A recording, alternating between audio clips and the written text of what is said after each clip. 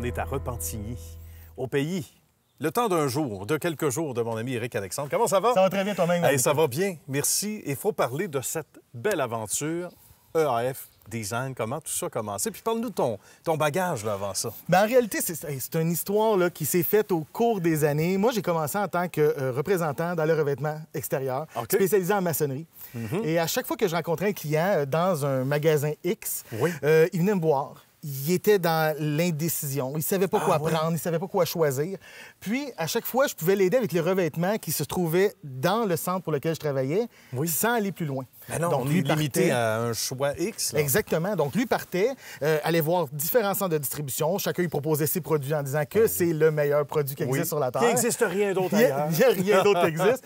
Puis là, à ce moment-là, j'ai dit, est-ce qu'il y a moyen de trouver une zone grise qui va conseiller le client sans lui dire nécessairement des menteries? Pas qu'un vendeur, c'est un menteur, mais c'est un agrémenteur. Donc, ça cheminait dans ma tête. De rencontrer un client avec beaucoup d'échantillons, ça prend un véhicule conçu pour. C'est vrai. Ça prend aussi l'expérience aussi pour pouvoir proposer les bons produits. Puis ça prend aussi le concept qui va faire en sorte que le client va se sentir non obligé d'aller ailleurs, vraiment qu'il va être dorloté à un endroit.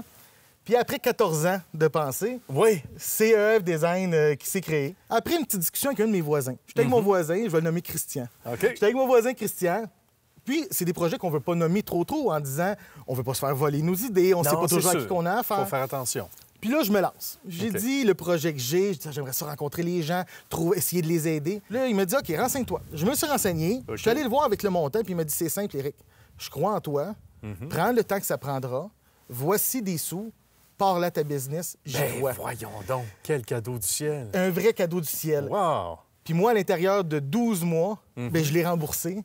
J'ai pu partir ma business. Puis c'est ce genre de personnes-là qui me donne le goût maintenant d'aider les gens, d'aider les entrepreneurs, de créer des événements comme le salon Construction et Design que je fais aux Galeries de Terrebonne, qui est un rassemblement de différents entrepreneurs que je chapeaute et que je les mets dans un même endroit 2 fois par année, très axé sur la famille, sur les enfants. Je donne des chocolats, des maquillages. Puis ça permet aux gens de leur poser des questions sans la pression de la vente. Ils sont assis, ils les attendent. Contact direct. Exactement. Ça rend les gens à l'aise. Et un beau lieu de réseautage aussi, entre eux. J'imagine, il va s'en dire. Quelques entreprises aussi dont on peut parler dans le domaine, tu disais. Oui, exactement. Camion. Des exemples? C'est qu'on ne peut pas avoir une entreprise comme ça sans avoir de la collaboration, que ce soit des centres de distribution comme Pavé Brick Design à l'Assomption ou Rainville Brick et Pierre à Joliette, qui sont toutes des compagnies qui ont plusieurs produits à l'intérieur et qui acceptent de travailler conjointement malgré le fait qu'ils sont compétiteurs. Ah, ça, c'est beau, ça. Ça, c'est rare, mais cette compagnie-là le permet. Et t'es le seul à faire ça. Je suis le seul au Québec à faire le concept complet. Il y a certains designers d'intérieur qui essaient de faire du design extérieur, puis des fois, c'est très, très beau aussi. Mais le concept de pouvoir avoir l'échantillon sur place de tous les types de revêtements, d'avoir le conseiller spécialisé en revêtement extérieur et en plus d'avoir le croquis informatique. Ça, c'est ma petite touche de plus. Ça, c'est pas rien. Comme cette maison-ci, on arrive devant, on voit le projet brut, on parle au client, on voit ses goûts, on s'adapte à ses choix. Par la suite, moi, je prends une photo de la maison, j'applique des matériaux qui ressemblent à ce que le client a décidé de choisir, il voit ce que ça va avoir l'air. Ah, ça, c'est précieux. Donc là, il y a tout. Il y a l'échantillon, il y a l'imagerie, puis il y a la rencontre avec des conseils judicieux, puis surtout, là, impartial. On peut mentionner quelques exemples ici de gens, de partenaires importants. Exemple. Bon, ici, on a différents partenaires qui se sont impliqués. On a une compagnie de portes et fenêtres. On a une compagnie de maçonnerie qui est Rinox à Terrebonne, un produit québécois ici.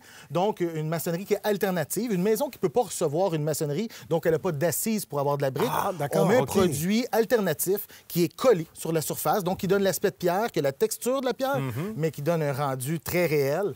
On a des bois de composite comme en haut. C'est un bois de composite comme la compagnie KWP ou Canexel. Donc, c'est des produits qui sont des produits québécois et que je prône beaucoup là, au niveau de mes rénovations. C'est toutes des connexions qu'on se fait entre différents entrepreneurs qui se rendent l'appareil en donnant. Je dirais ça comme ça. Et là. ça rejaillit sur nous. On avait cette discussion-là en ondes ensemble. Tu disais, bon, des fois, je peux avoir 2 maçons, je peux avoir...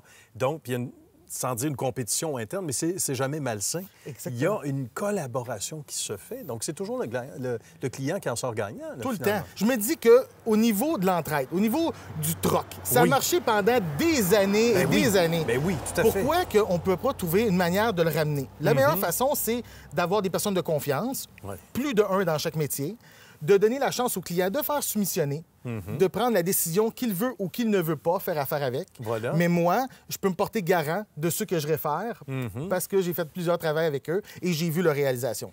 On voit l'intérieur de cette bête mobile. Il faut que tu nous racontes d'abord de quelle façon les gens et comment les gens réagissent quand on ouvre la porte ici. C'est assez exceptionnel pendant qu'on voit les images. Raconte-nous. C'est une question de crédibilité aussi, à quelque part. On voit que j'ai mis du temps, j'ai mis des sous aussi, veux pas, pour avoir quelque chose qui va être chaleureux. Quelque chose qui va... un endroit aussi que les gens vont se sentir très à l'aise. Il manque peut-être juste un bar avec une petite bouteille de Baileys, mais sinon, tout est là. C'est exactement ça. Mais ça s'arrange. Il y a toujours un moyen de faire quelque chose. Ça s'arrange plus tard. Mais on peut prendre un bon petit café, on peut discuter tranquillement. Tout à fait. Je peux me rendre directement sur un chantier. La maison n'est pas construite. La maison, on a le terrain. On voit l'ambiance de l'endroit. J'arrive avec mon camion. On fait tout là, comme si elle existait, la maison. C'est assez exceptionnel.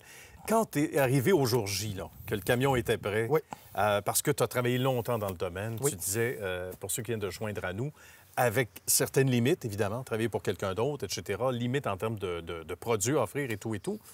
Là, quand tu te pinces le premier matin, raconte-nous cette première journée-là. Cette journée-là, ton premier client, par exemple. Premier client, ça a été extraordinaire. C'est un client que j'avais déjà fait une maison X nombre d'années avant, lorsque j'étais un vendeur. Et il m'a recontacté en passant par le centre de distribution. Il voulait faire affaire encore avec moi.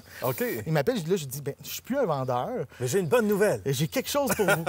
Sans trop nommer, j'ai pris ma voiture, mon camion, je me suis déplacé. Quand je suis arrivé chez eux, que j'ai ouvert la porte, il a compris l'ampleur un peu de ce qui venait d'arriver. Ben oui! Lui, dans sa tête, il tombait dans un gros projet. Il y avait le stress, les délais, le temps. Le temps, on n'en a plus vraiment de magasiner à plein d'endroits différents. C'est vrai. Donc, d'avoir ça à domicile, dans le confort de son foyer, ça a été vraiment extraordinaire. Tu as fait sa journée, là. Vraiment. J'ai fait la mienne en même temps. Oui, j'imagine. C'est tout un premier rendez-vous. Ben bravo, puis salutations à tous ces gens que tu fais travailler également, qui sont des partenaires à gauche et à droite. Bravo pour toutes ces réalisations-là. Et surtout, c'est l'avenir, mon cher Éric. Merci beaucoup. Merci d'avoir fait Histoire de succès. Félicitations encore.